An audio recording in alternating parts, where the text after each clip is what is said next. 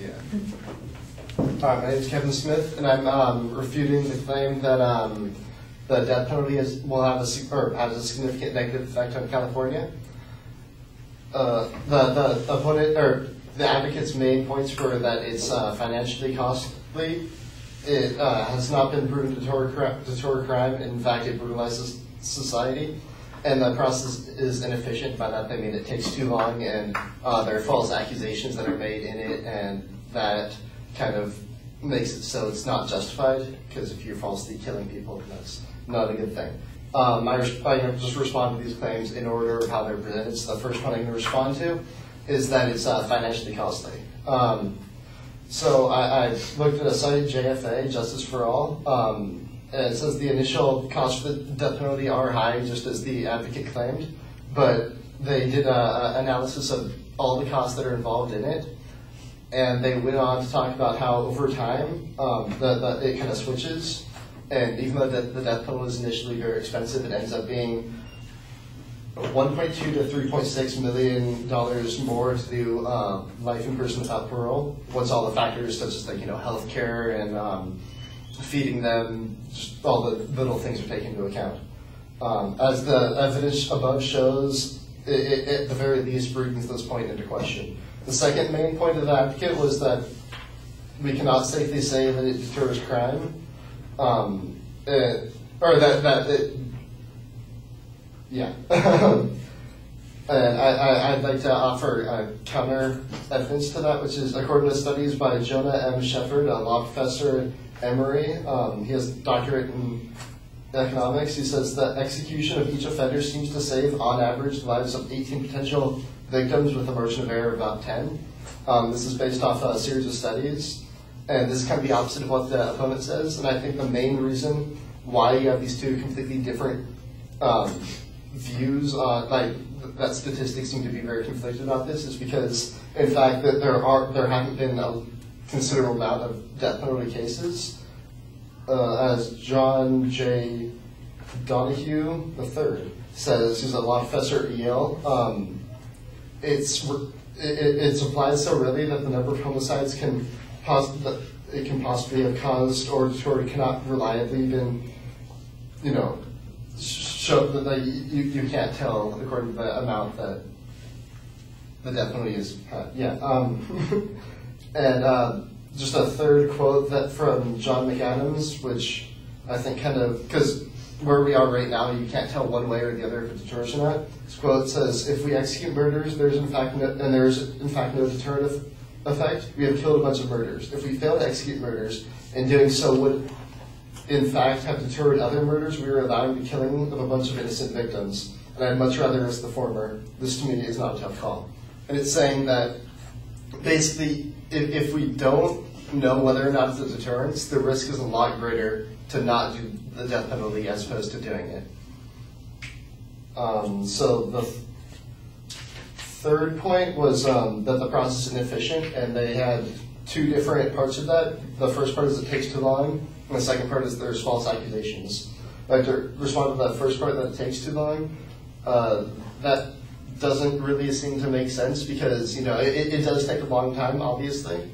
It can be 10 to 20 years because of how long you have to go through the court system. But compared to the alternative, which is life in prison without parole, that's a lot longer.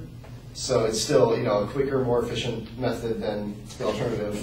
That leaves us with the second, sub-point, which is that it's too expensive. Or no, there's false accusations in it. And they basically said that there's innocent people that have been executed, but they didn't give any evidence for that actually happening. So I just kind of dismissed that part because they didn't really back it.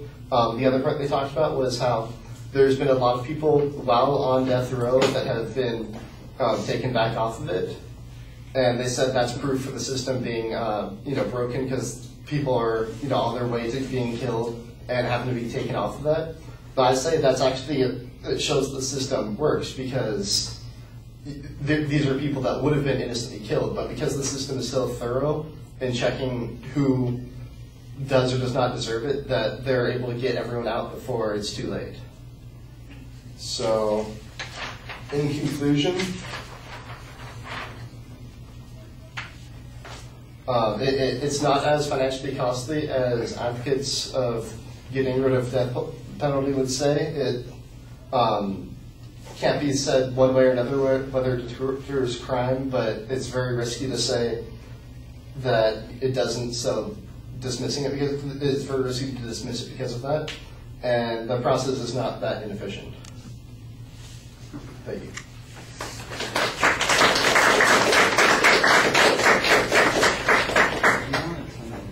I do want to. Thank you.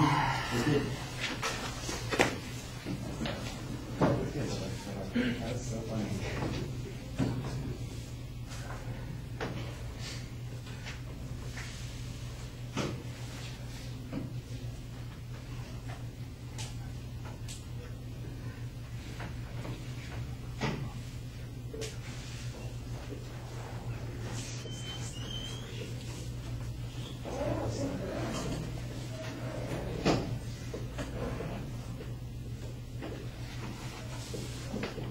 All right, well, you have a very clear statement of what the advocates' points were, both the main and the secondary issues. Your signposting on the cost issue was clear. You have a discussion of total costs, and I think that needs to be clarified a little bit more. Give us some more background on how that estimate's done. You sound almost like you're paraphrasing the site that you went to get the information, and you want to use direct quotes in the argument, so make sure that you're not just summarizing what the content of that page was, but actually using their words and their numbers in reaching that particular conclusion. The transition on the second point was a little bit awkward. I thought you had an interesting response to the deterrence issue, and basically it's just a counterclaim offering research that supports an opposing conclusion. There's not really much discussion of the adequacy of the advocate's argument on this particular point. You basically have this argument with a study that suggests that there is a substantial deterrent effect.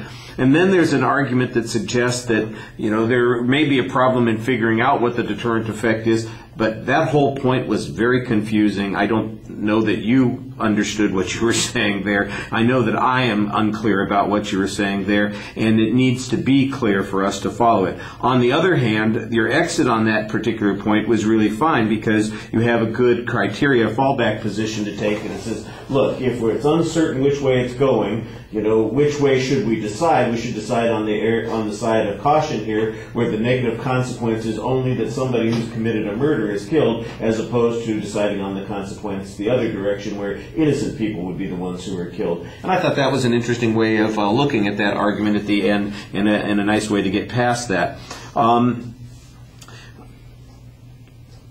The issue of the amount of time, I thought that was an interesting take that you had on that. The death penalty could take 10 to 20 years, but of course life imprisonment can take much longer. I'm not sure that people are waiting for the expiration of somebody in prison to see it the same way, and that's, like I said, that's an interesting twist on it. I'm not sure how convincing it is on that point. You challenge the absence of evidence on the innocence being executed. I think that that's a reasonable press to have there. I think you could have some evidence on your own on that particular point, and you basically go with the standard answer on the issue of people being exonerated as a demonstration that the system is actually working, as opposed to a criticism of the system.